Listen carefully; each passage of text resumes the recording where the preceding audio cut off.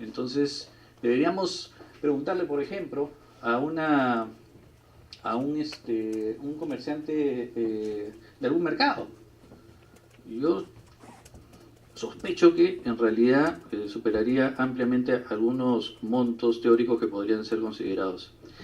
En el tema de la evasión y la elusión, yo recuerdo que ni bien nosotros empezamos en el Congreso, exigíamos nosotros la aplicación de la norma 16. Eso es algo que estamos totalmente claro, yo estoy apoyándolo al 100%, eso sí voy adelantando opinión, aunque ya lo he hecho en algunas reuniones, de que norma 16 bien regulada, bienvenida. Normas retroactivas, no hay forma. Normas retroactivas que afecten la estabilidad jurídica del país, me parece una locura. Fortalecimiento y fiscalización, enhorabuena, pero nuevamente, todo esto está pensado en el mundo formal. Y en aquellos formales que tratan de sacarle la vuelta, está perfecto. Yo creo que ahí todos estamos coincidiendo, pero tenemos que romper y ver más allá de la caja. O sea, tenemos que ver más bien la gran cantidad de informales, cómo los convencemos de que entrar a la formalidad es un buen negocio para ellos. Y creo que esa es la gran agenda pendiente que tenemos. Interesantísima la exposición del doctor Durán, pero discrepo en un punto específico. Y es que, y así lo haya dicho el Tribunal Constitucional, que me dice cada maravilla que en realidad no coincido. Los beneficios tributarios lesionan el principio de igualdad. No. En mi humilde apreciación, depende. ¿Por qué? Porque los beneficios tributarios en muchas oportunidades lo que hace es corregir.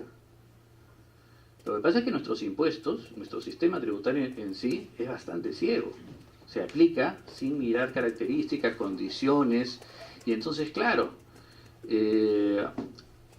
uno puede considerar que el beneficio puede alterar ese principio de igualdad si es que lo estás utilizando para promover. Sí, coincido. Pero si lo estás utilizando para corregir la ceguera de un impuesto, yo no puedo considerar que esté lesionando el principio de igualdad. Definitivamente no. Ahí más bien lo está corrigiendo, está ayudando a tratar igual a los iguales y de manera distinta a quienes están en una situación diferente.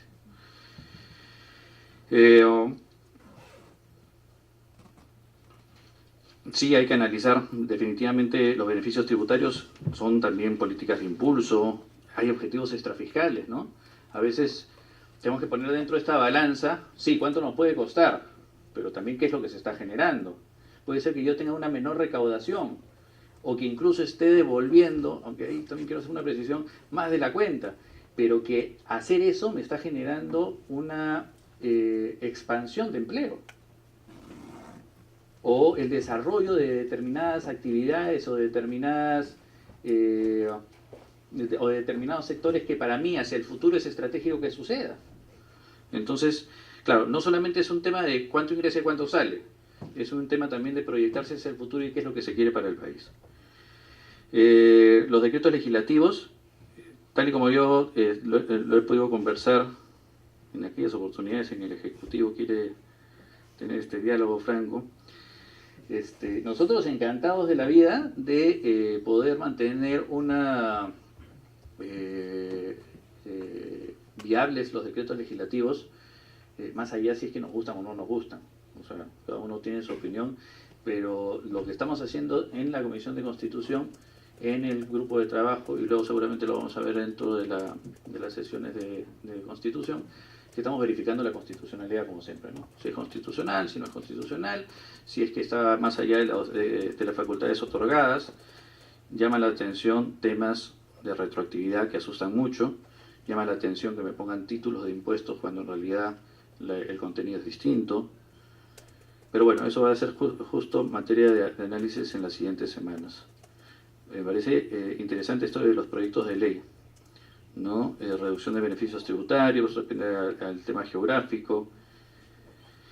Sí, las normas marcas de beneficios tributarios. Voy a decir algo que definitivamente a mis colegas del legislativo no les va a gustar, pero que es cierto. En Colombia me comentaban que la generación de un beneficio tributario no podía ser a través del legislativo, ¿no? Sino que en realidad las limitaciones eran altísimas para poder generar algún tipo de beneficio tributario y capaz es quizás lo que necesitamos, porque muchas veces nos excedemos o nos gana esos ánimos de poder otorgar algún beneficio hacia las personas. No creo que todo sea un tema de temporalidad, ojo. No creo que todo se solucione diciendo son 3 años más 3 años más 6 años y se acabó el beneficio. No, porque la imperfección de un impuesto no va a terminar en esos 6 años. O sea, mientras la imperfección del impuesto siga manteniéndose, los beneficios, las exoneraciones tienen que mantenerse para poder ajustar. ¿Quiénes son? Yo estoy totalmente de acuerdo de que se haga público, pero ojo, no solamente quiénes son los que se acogen al beneficio, sino que también acá hay una responsabilidad sumamente importante de parte de la administración, y es ¿qué están haciendo para que haya otros? Me explico. Hace un par de meses en una conversación discutíamos con la congresista clave, como siempre, y decíamos sobre un beneficio específico. Y la congresista, con justa razón, me decía, sí, pues, pero solamente hay 10 o 15 empresas que se benefician. Y yo le decía, sí, hay 10 y 15 empresas que se benefician, pero no es que la norma está hecha para esas 10 o 15 empresas que se benefician. Es que hay muchísimas otras que no tienen ni la menor idea de que hay el beneficio.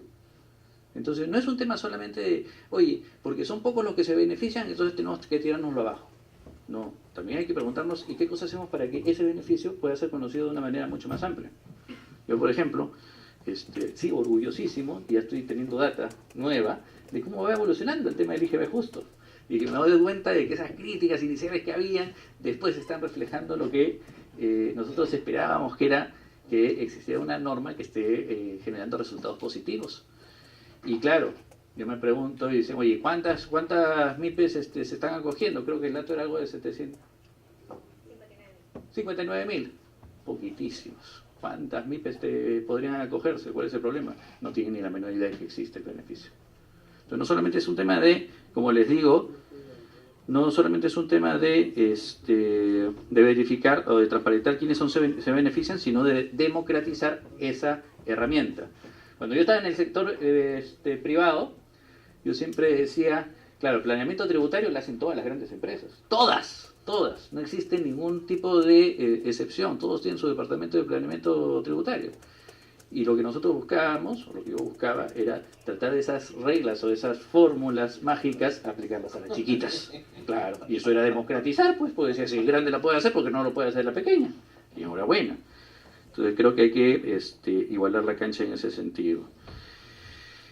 Yo creo personalmente que hay demasiados tributos, es un desorden total. Deberíamos reducir, deberíamos verificar verdaderamente cuáles son las que valen la pena, y también verificar algunas otras alternativas. Yo lo puse hace algunos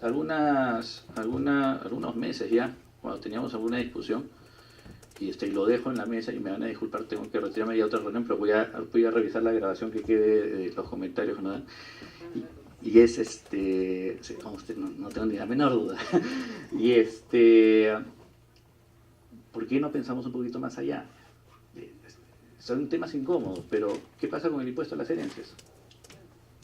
O sea, ¿dónde está el impuesto a las herencias? No les digo que desde el primer sol, evidentemente.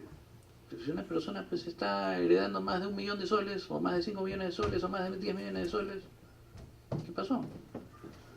Sí, revisar las exoneraciones, por supuesto que sí, pero también, e insisto, no solamente agarrar el artículo 18, artículo 19, creo, de la ley del impuesto a la renta y saber cuáles son las inafectaciones y exoneraciones. Que esas son, a mi humilde entender, las menos problemáticas. Las más problemáticas son las que están escondidas. Ya lo hemos dicho en más de una oportunidad. Por ejemplo, el alquiler de aeronaves. La tributación que tiene el alquiler de aeronaves es espectacular. Y creo que hacia ahí vamos en un tema de cuántas empresas se benefician. En ese caso sí creo que son 1 o 2 solamente en nuestro país. Entonces yo felicito, de verdad que me parece espectacular. Sí dejo sentado por mi preocupación de que, así como tenemos la administración, hemos tenido la parte académica, que es fundamental, es indispensable que los gremios vengan y nos cuenten cómo es en la vida diaria, ¿no? Muchísimas gracias y disculpen que me tenga que retirar. Muchas gracias, congresista Torres. Congresista Jorge del Castillo. Muchas gracias primero por participarnos una invitación a este importante conversatorio. Creo que estamos avanzando este tema. Hace poco tuvimos una reunión con el ministro de Economía, también nos ha dado muy rápidamente su visión y esto lo tenemos que ir avanzando. Pero hay algunas cosas puntuales que yo quisiera ir preguntando. Por ejemplo, nosotros en el proyecto de ley de salud mental hemos planteado exoneración de IGB para las medicinas psiquiátricas, pero nos gustaría conocer cuál es la experiencia en las medicinas de diabetes, de cáncer, de HIV, ¿no? Para asegurar de que vaya al beneficiario real y no terminemos beneficiando a los laboratorios o los importadores, ¿no? Ese es un tema muy importante. A esto le hemos agregado la obligatoriedad de vender este tipo de medicinas con DNI para que no haya una derivación y terminen en otro lugar. Así es que es una información que nos interesa conocer. ¿Y por qué la exoneración? Hay una razón de ser. Porque como es una dolencia que se maneja normalmente en el sector privado, los seguros no tienen este tratamiento, entonces son muy altos los costos, ¿no? Desde la consulta médica y las medicinas resultan las más caras. De por sí ya son caras, ¿no? Entonces tenemos que ver cómo atenuamos ese punto. Otro aspecto. Creo que el rubro universidades, ¿no? Que tiene también una serie de afectaciones o exoneraciones, hay que darle una mirada al tema, porque yo no estoy en contra de estimular tributariamente a la educación, pero cuando ya empiezan a tener equipos de fútbol, dispendio, se nota un dispendio de gastos hasta financiamiento de campañas electorales, entonces uno tiene que pensar 3 veces, ¿no? Y hay otras universidades que, por ejemplo, ya pensando en el predial, por decir, Pueblo Libre tiene 8 universidades en ese distrito. Entonces ocupan un enorme espacio del distrito y no pagan impuestos. Pero resulta que hay universidades cuyo local está destinado al uso de la docencia, y hay otras propiedades que son comerciales, ¿no? Y que cobran impuestos como cualquiera, normal. Y eso creo que debería pagar un impuesto normal.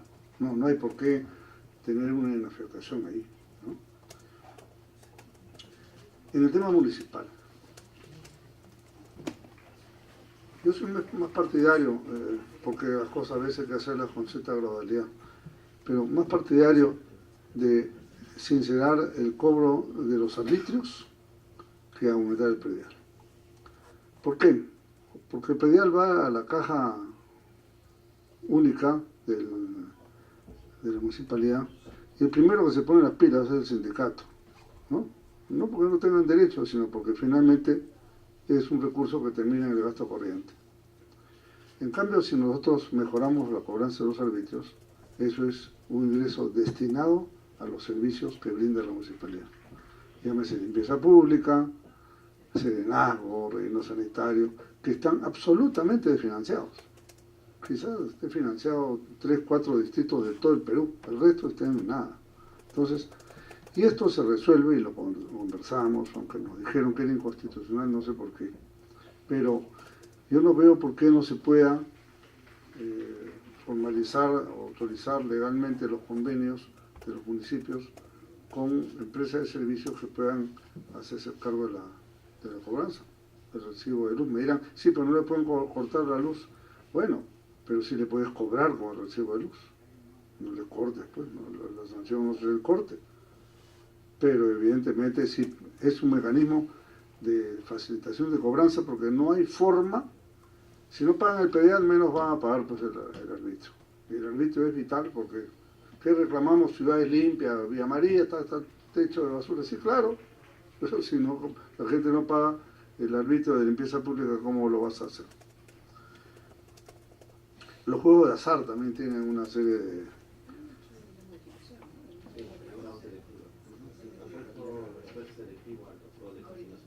¿Cuánto es eso? Han aumentado por más máquina, un porcentaje sobre uso de cada máquina basado en una ratio. Ya. ¿Y renta? ¿Pagan? Tienen un impuesto más, que es el impuesto a los impuestos de casinos y máquinas para poner. Ya, entonces eso ha cambiado. Ese es nuevito. Acaba de salir ese. Ok. 12%. No, 12%. Ya. No, 12 está en impuesto a la actividad. Lo que sacado es un específico. Ya. Y para terminar, es el tema de la venta de acciones indirectas, ¿no? Yo he conversado con gente del MEF, y fueron muy gentiles a explicarme. Está en creo que el decreto legislativo 1424, ¿puede ser? Ok. Lo que pasa es que ahí decían, para que sea la norma anterior, ¿no? Para que sea aplicable el impuesto, la acción peruana, para llamarlo de alguna manera, tiene que representar más del 50%, pero eso es ilusorio, pues, porque nunca representa más del 50%. Estamos hablando de grandes corporaciones internacionales que son propietarios. Entonces hemos visto que se han ido vendiendo las minas y esto no aplicaba ningún impuesto. Entonces ahora han hecho un agregado en ese decreto legislativo que debo confesar, no lo entiendo, ¿no? Porque está redactado en difícil, ¿no? ¿Ah? Entonces escriben en sánscrito, no sé, pero entonces los estudios de abogados grandes que los tienen y nunca les falta el departamento de tributario, saben interpretar las cosas apropiadamente sin salirse de la ley. Entonces, el objetivo era el siguiente, con claridad. Si una empresa peruana o extranjera, o pueden ser extranjera y extranjera, es concesionaria de recursos naturales en el Perú y lo vende en la bolsa de no sé dónde, ¿no? Debe pagar el impuesto que corresponde al recurso natural, porque lo que está vendiendo es el recurso natural. De repente la acción no vale nada, ¿no? Teóricamente, porque te dicen que la concesión está llena de líos sociales o le falta no sé qué, no hay licencia social o lo que fuere, entonces no vale, pero sí vale. Entonces, ahí hay un problema que creo que se nos está drenando una plata, porque muchas operaciones importantes, realmente importantes, y todas son operaciones gruesas. Lo que sí entendí es que era para operaciones que pasen el umbral, que tengan como piso 40.000 UIT, que son 166 millones de soles, ¿no es cierto?, en un año. Entonces yo digo, y si venden un pago de 3 años, por ejemplo, ya está burlado, ¿no? Y si venden por 150 millones, ya está burlado, ¿no? Ese es un punto que hay que afinar, porque además es un tema, como le expliqué yo al ministro, a varios ministros, porque hemos pasado 3 ministros, ¿no? Hagamos voto porque no haya más ministros. Según el señor Oliva va a durar hasta el año, ¿cuánto dijo? Algo así, ¿no? Bueno, ya no lo vamos a ver porque no hay reelección, entonces no. Si hay reelección de ministros y no hay reelección de. Entonces, aquí ese tema, creo que yo lo vendería a la opinión pública como la decisión soberana de acotar impuestos en la disposición de recursos naturales que son de propiedad de todos los peruanos. Que no es lo mismo que vender una empresa X, ¿no?, que transforma no sé qué y no usa recursos naturales, ¿no? No es lo mismo una fábrica. Esto es su propiedad, o digamos, su patrimonio, o lo que están vendiendo en el fondo es el oro, la plata, el cobre, el petróleo, lo que fuere, que esté bajo tierra, y que teóricamente, por decirlo de alguna forma, es de propiedad de todos. Pero todos no se benefician, es decir, nadie se beneficiaba.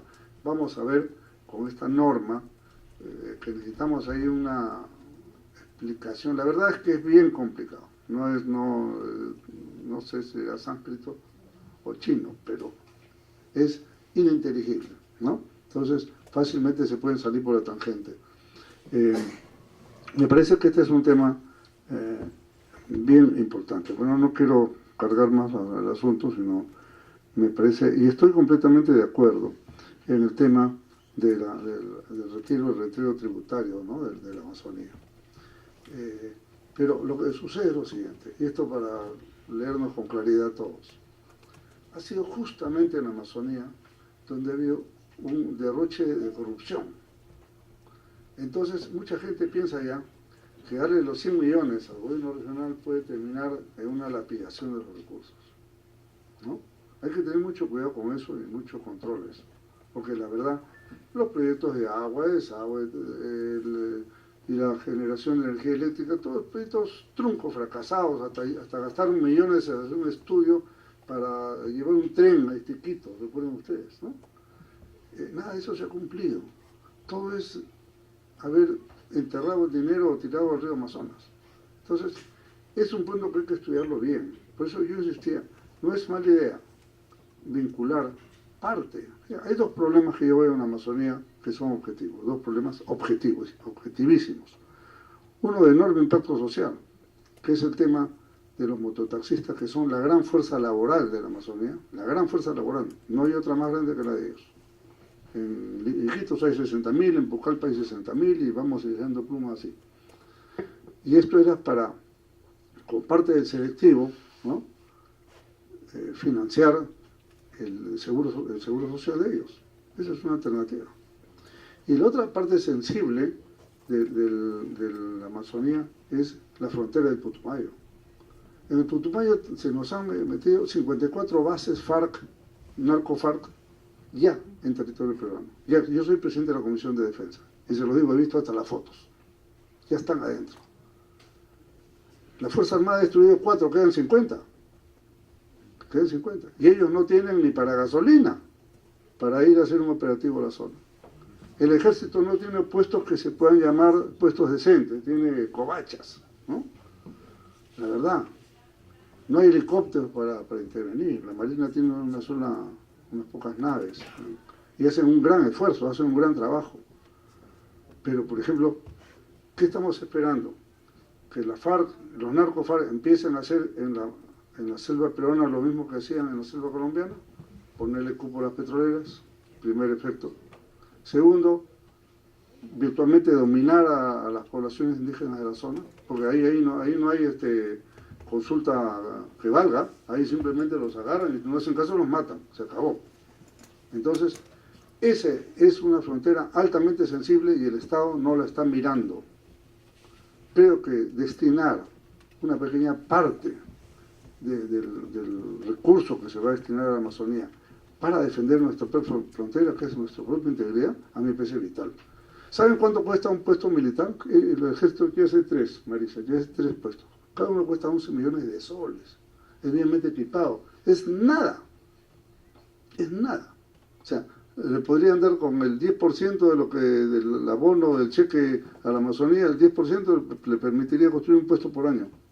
Pero no hacerlo todo junto. Pero la verdad es que 11 millones es peanuts, como se dice.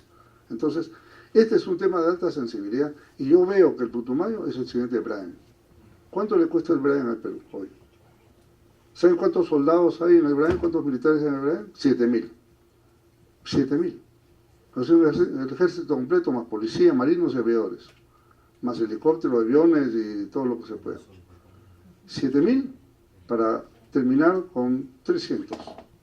Y no se puede porque es una zona frondosa de dificultades, es un Vietnam, por decirlo de alguna manera, ¿no? Entonces, sin tecnología, sin drones, tú no puedes combatir eso.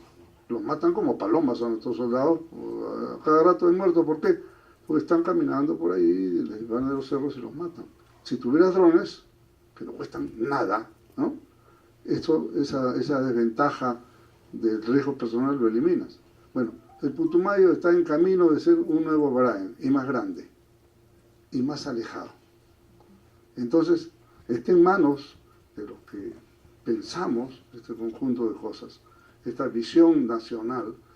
Entonces nos salimos, o sea, ¿cómo podemos hacer en la atención del detalle tributario, cómo nosotros podemos orientar recursos? Y tenemos que bloquear, Marisa, esta nueva iniciativa de renovar el reintegro tributario, que ya presentaron un proyecto. Entonces, la vez pasada, lamentablemente, el fujimorismo nos bloqueó acabar con ese tema. Lo bloquearon. Votaron en contra y lo bloquearon. Bueno, eso termina a fin de año. Pero antes que termine ya presentaron un proyecto para renovarlo. ¿Es probable que lo renueven? Sí, es probable, porque la soberbia sigue. ¿Ah? Bueno, pero sabe Dios, pues uno nunca sabe. Ahora en el mundo de las rarezas, todo pasa. Y más de una vez hemos dicho que necesitan mayoría calificada y ellos dicen que no. Y ya está, y como son la mayoría dijeron que no. En un caso específico, no recuerdo ahora, pero ha habido ese antecedente. Yo sé que necesitan mayoría calificada, pero se aprovechan que no. Entonces, tenemos que trabajar eso y yo pido, o sea, les sugiero, estudien las derivaciones del recurso a temas específicos, que lo pueden manejar, no es que le tienen que dar al Ejército de la Plata, se pueden manejar de otras formas y modalidades, en fin, pero frontera de Loreto me parece que es indispensable. Mototaxistas me parece que es la fuerza social que va a permitir terminar de levantar las exoneraciones y las afectaciones, porque van a ser los aliados del gobierno, ¿no? Porque antes, cuando tú querías mover un poquito, se levantaba el Frente Patriótico y no te debía hacer nada, ¿no es cierto? Entonces los agitadores aparecían bajo tierra, incendiaban la región, así era. Esa percepción social ha variado, pero necesitas un aliado. Eso es hacer política también, ¿no es cierto? Entonces, tu aliado social son los mototaxistas, es nada.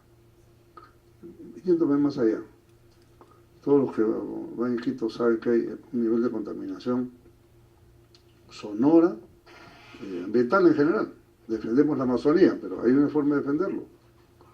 Fíjense, cambiarle a los mototaxistas el motor de gasolina por un motor eléctrico, resuelves dos pájaros de un tiro, ¿no?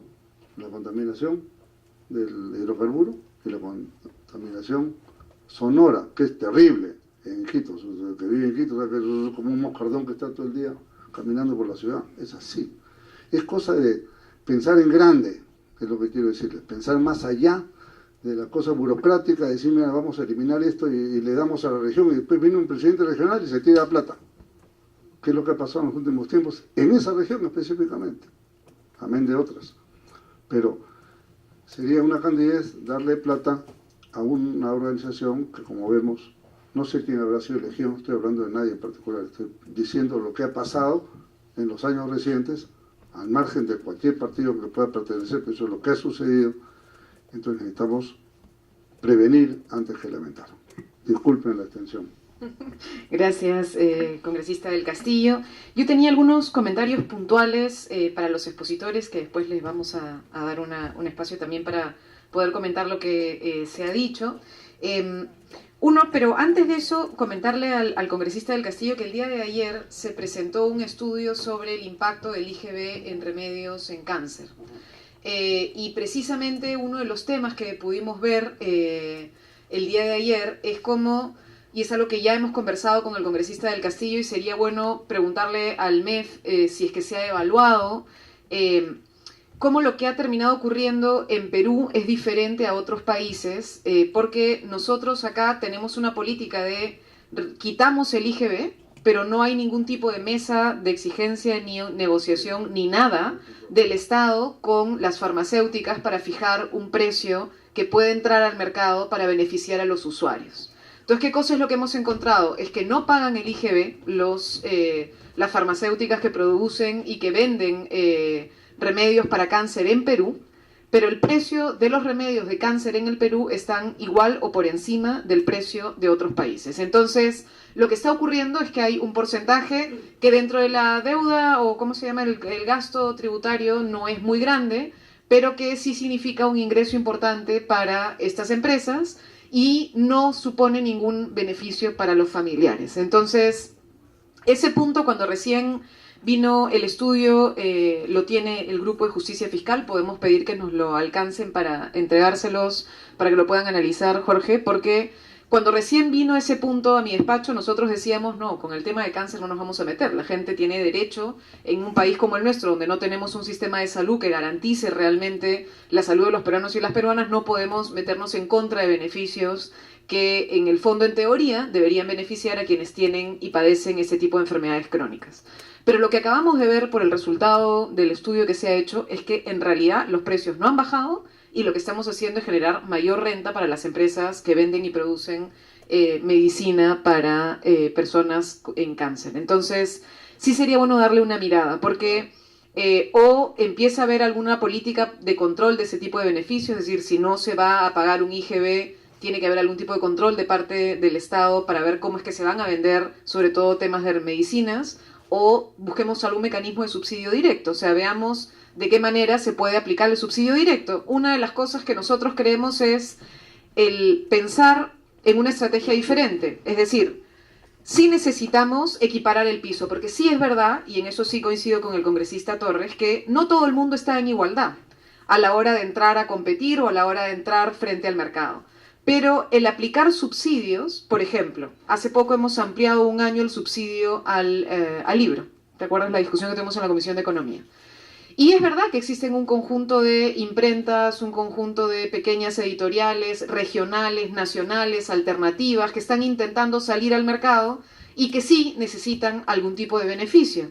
Sin embargo, lo que está ocurriendo es que Santillana se lleva la torta gigantesca. Entonces, ese sí es un problema que necesitaríamos discutir y que sería bueno que pudiéramos discutir con el Ministerio de Economía para ver cómo pensamos una estrategia, porque uno pone en el discurso las imprentas y las pequeñas editoriales que están saliendo al mercado como la razón para ampliar el beneficio, y luego tú ves el resultado y de los 700 millones, 500 van a una empresa, ¿no? Entonces, terminamos en el fondo generando un beneficio para unos cuantos sobre la voluntad de hacerlo en genérico, cuando tendría todo el sentido del mundo que haya un subsidio de parte del Estado a las editoriales independientes, editoriales regionales, editoriales alternativas que pudieran recibir un fondo de parte del Estado para poder promocionar determinadas cosas, ¿no? Pregunta, ¿para esos productos medicinas importadas se cobra arancel o está en cero? En cero. No. Entonces, ahí tenemos, en ese punto, vamos a... Sí. Perdón, si está en cero, entonces quiere decir que está entrando al precio que lo estás comprando, ¿no es cierto? Y de ahí el de acá lo vende al que quiere, al precio que quiere, no hay control de precios. Pero si tiene un beneficio tributario, debería tener un mecanismo de regulación. El problema que hemos no, visto no. con cáncer es que justo no hay un mecanismo de regulación.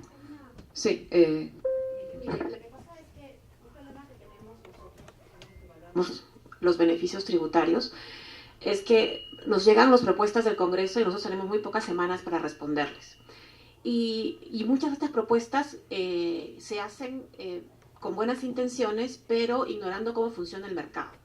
Entonces, por ejemplo, en el tema de medicamentos, que hay una comisión para los oncológicos y para los de VIH, cuando se da estaba revisando la información, cuando se da este beneficio, la idea era que el precio de venta al público, ¿no es cierto?, se redujera. Pero un análisis que no se hizo es que en el Perú el 99% de los medicamentos oncológicos de VIH los compra el Estado. Entonces, en realidad, está dando una medida que está para el 1% de los medicamentos. Y tú tienes un beneficio que es bastante grande. Y cuando estamos viendo, entonces, bueno, ¿y por qué el Estado está...? ¿Y qué es lo que está pasando ahí? ¿Por qué es que tenemos precios públicos que son 2-3 veces superiores a los precios públicos que se compran en otros países? Y ahí tú tienes que el problema no va por el lado de impuestos, sino va por el lado de la licitación, las formas de compra, la forma como internacionalmente ellos discriminan en función del poder de mercado del país. Entonces es un tema mucho más complejo que no pasa por el lado de impuestos, ¿no es cierto? Entonces, porque finalmente uno le da el impuesto y lo que termina haciendo es, efectivamente, lo que se hace es simplemente aumentar los márgenes de ganancia, porque si es una patente, ellos pueden ponerte el precio que quieran, ¿no? Digamos que es como ciego, ellos no tienen la obligación. Entonces, el problema son mucho más complejos que simplemente una reducción de impuestos o un control que sea, por ejemplo, con DNI, ok, tú tienes que decirme quién compró. Porque finalmente con eso solamente vas a poder controlar el 1% de las compras que se puedan hacer en una farmacia. Pero en realidad el problema está en las compras públicas, ¿no es cierto? Entonces ahí se tiene que dar una mirada en profundidad, porque si uno quiere llegar que sean más baratos para la población, en realidad uno lo que tendría que hacer es, ok, entonces quizás esos 85 millones que me estoy gastando en este beneficio tributario, y yo lo que tengo es que el Estado está haciendo 120 millones de soles en compras, bueno, quizás lo que convendría hacer es, yo le paso esos 85 millones y me da la cobertura para el 1% y más. Entonces no pasa por un beneficio. Igual, por ejemplo, con la ley del libro, es lo mismo, o sea, se da una ley, lo que dice es, queremos abaratar los libros para el público. Y eso está bien, pero lo que tú tienes es que el 80% del mercado son textos escolares. Los textos escolares no fomentan la lectura, son obligatorios y además quienes realizan esta compra de libros escolares son estudiantes de colegios privados porque el Estado da al colegio público, le da los libros gratuitos. Entonces, tú finalmente tienes un beneficio tributario gigantesco que solamente está para el 20% de los libros que se venden y sin embargo los libros más caros son precisamente los libros escolares. Entonces, cuando uno ve el beneficio tributario tiene que ver cómo funciona en el mercado y no pueden ser ciegos, es mucho más mejor dirigir, subsidiar, focalizar, dar incentivos a las pequeñas editoriales, eso es mucho más eficiente y mucho más barato para el Estado, ¿no? Gracias Miriam. Sí, justo en ese sentido, para terminar, algunas preguntas adicionales que teníamos, uno es, esto se presentó el día de ayer en el tema de cáncer y entiendo por lo que me dice el señor Urrunaga, que es el asesor de nuestro grupo de trabajo, es que la próxima semana viene Minsa, Indecopi y IOCE precisamente para ver el análisis del resultado de la investigación que se ha hecho sobre el uso de este tipo de beneficio en el tema de cáncer.